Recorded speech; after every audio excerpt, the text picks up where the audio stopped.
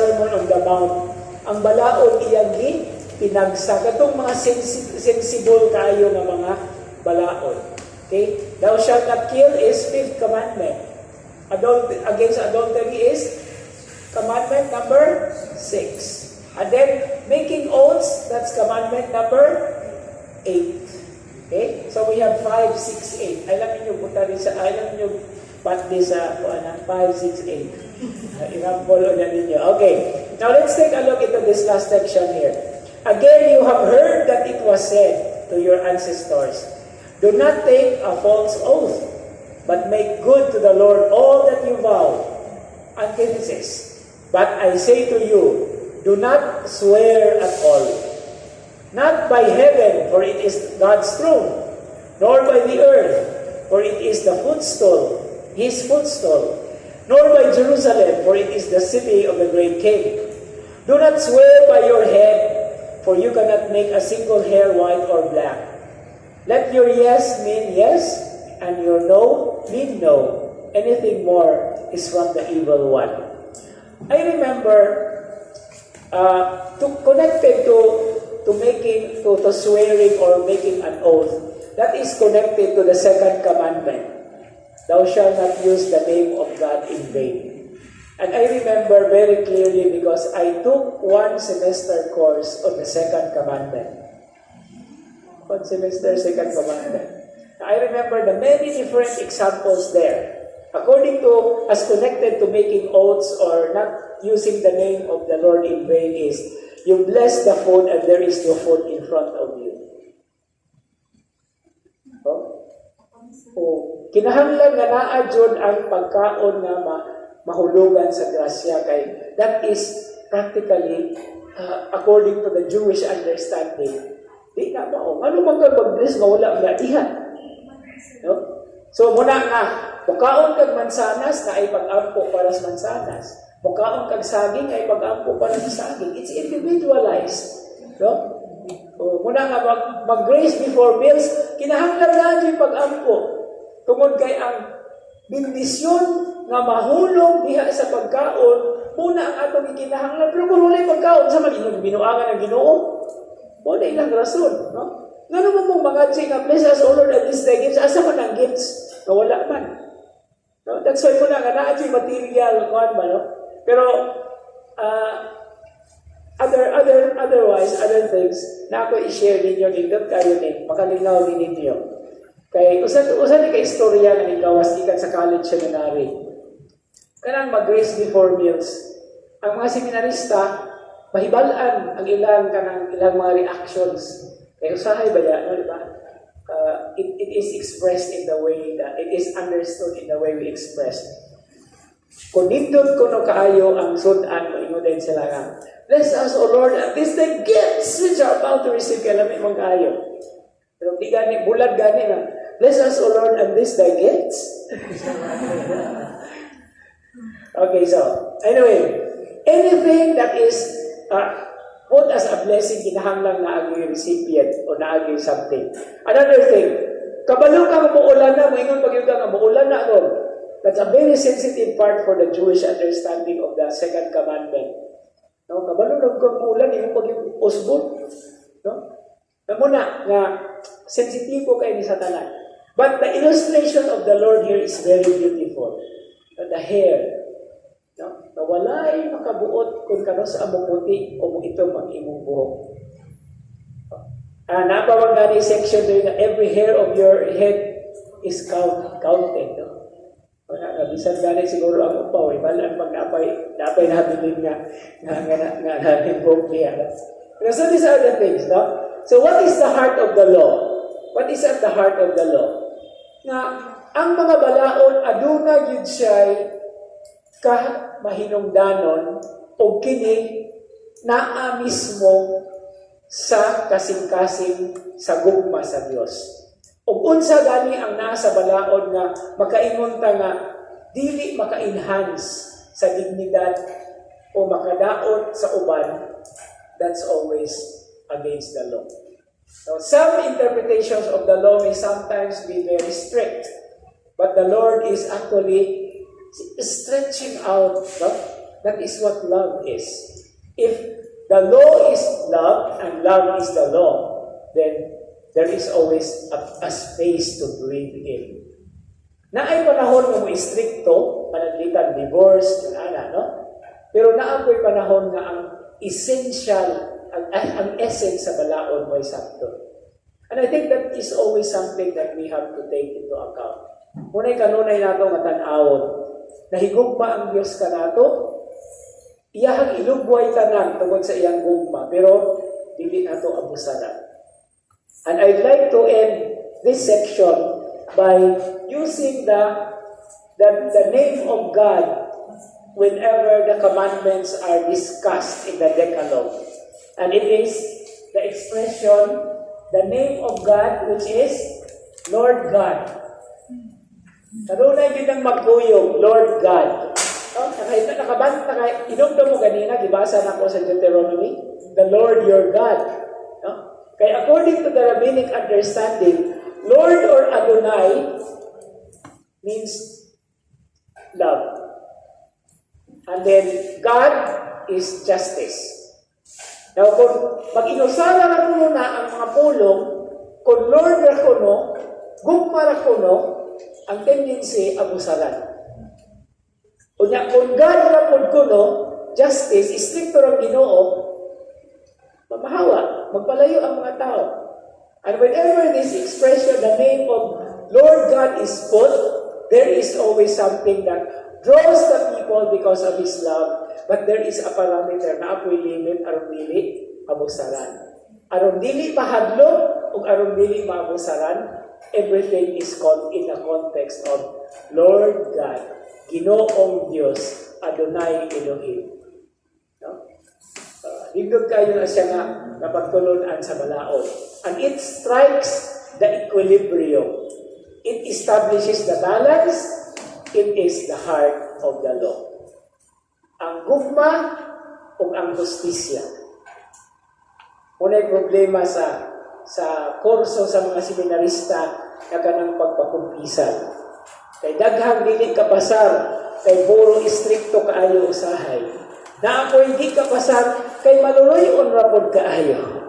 So it's always a balance. Justice and love.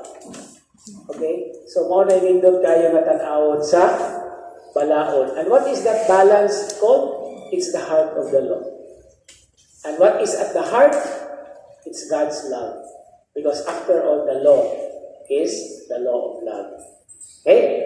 So, with that, matanaw ta sa kuan sa ikaduhang pagbasa kay para di sa nato mataligaman ang description ni San Pablo. Actually, connected ni siya. Nag-hisgo ta sa first reading ganina of the wisdom of God. Saint Paul in 1 Corinthians chapter 2 verses 6 to 10, ang sa iyang topic din it also speaks about ang tinuod na kinaagman, the true wisdom. Okay? So, ang sa may gingon ni San Pablo, yet we do speak a wisdom to those who are mature, but not a wisdom of this age, nor of the rulers of this age who are passing away. Rather, we speak of God's wisdom, mysterious, hidden, which God predetermined before the ages for our glory, and which none of the rulers of this age knew. And this is one beautiful verse in St. Paul. For if they had known it, they would not have crucified the Lord of glory. No? Beautiful. That's why, sayo kayo ni nga, siti palabras. Manong niingon man ang Ginoo, pasayloa sila nga wala sila sayon sa ilang gibuhat. This is what St. Paul is saying. Because if they had known it, they would not have crucified the Lord of glory. But it is written, what eye has not seen, and ear has not heard, and what has not entered into the human heart, what God has prepared for those who love Him. Beautiful. What eye has not seen, and ear has not heard, what has not entered the human heart, what God has prepared for those who love Him. that God has revealed to us through the Spirit. For the Spirit scrutinizes everything, even the depths of God. No? And that's what wisdom is. Ang pagtidlog. What is to scrutinize? In Cebuano. O ang pagsuta. Pagsusi. No? Pagsusi, matikos. O sa Tagalog na matikos siguro, no? So, that is what wisdom is. That is why, do you remember what I said about the word kinaadman? Kinahiladman. Kinahiladman. So, the deepest recesses of the heart. And it is in the heart that God speaks to us. That is also in the letter of Paul to the Romans. And what do we call that? Conscience. And God, who knows everything, who is all-knowing, is called omniscience. Omniscient. And He speaks to our heart through our conscience. Connected to the hapon. And thank you very much for the VA and bless the Lord always. Daghang salamat. Yes, question. I like it. Okay.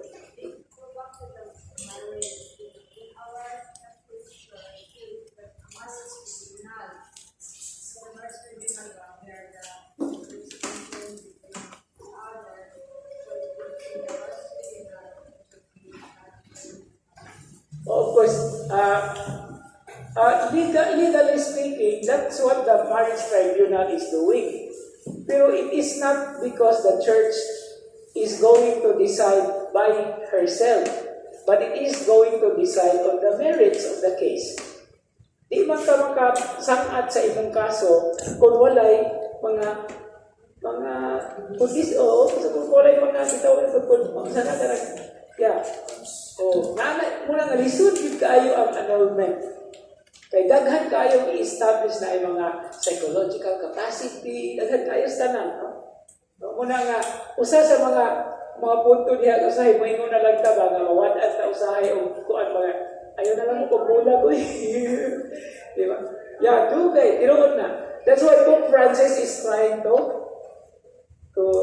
speed it up. But of course, with due respect to both parties, ilabi na ko na ang klaro din kayo ng manifestations na kanang di kalimod, no? Na the church cannot remain romantic about it. No? Una nga, kuan yun na tayo. That's a very sensitive thing. And part of that clause sa iyong pangutana, di ko katubag na kay dili ko canon lawyer. Scripturist na ko. No, it's another area muna ka na ay mga specialization sa simbahan. But according to the mind of the Lord, as the gospel says, in as much as possible, preserve the union between husbands and wives.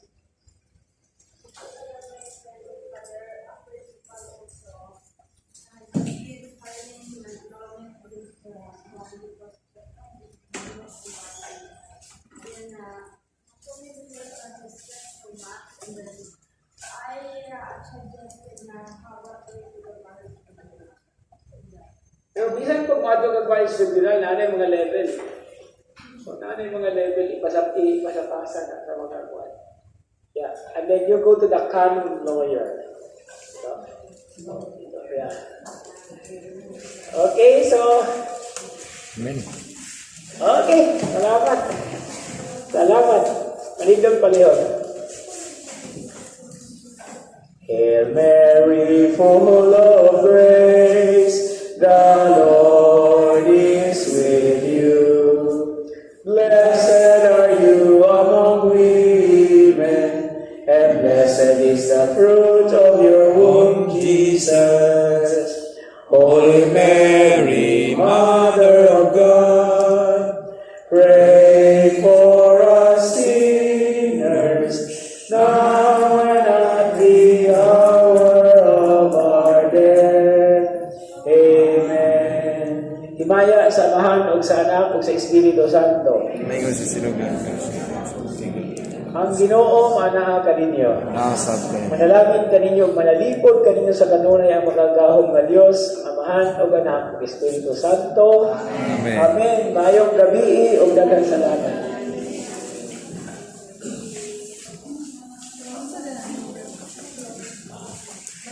Ay, kuan lang ba, di man man ito masuod ko kuan, review ra sad. Di man masuod ni sa ka, hadit.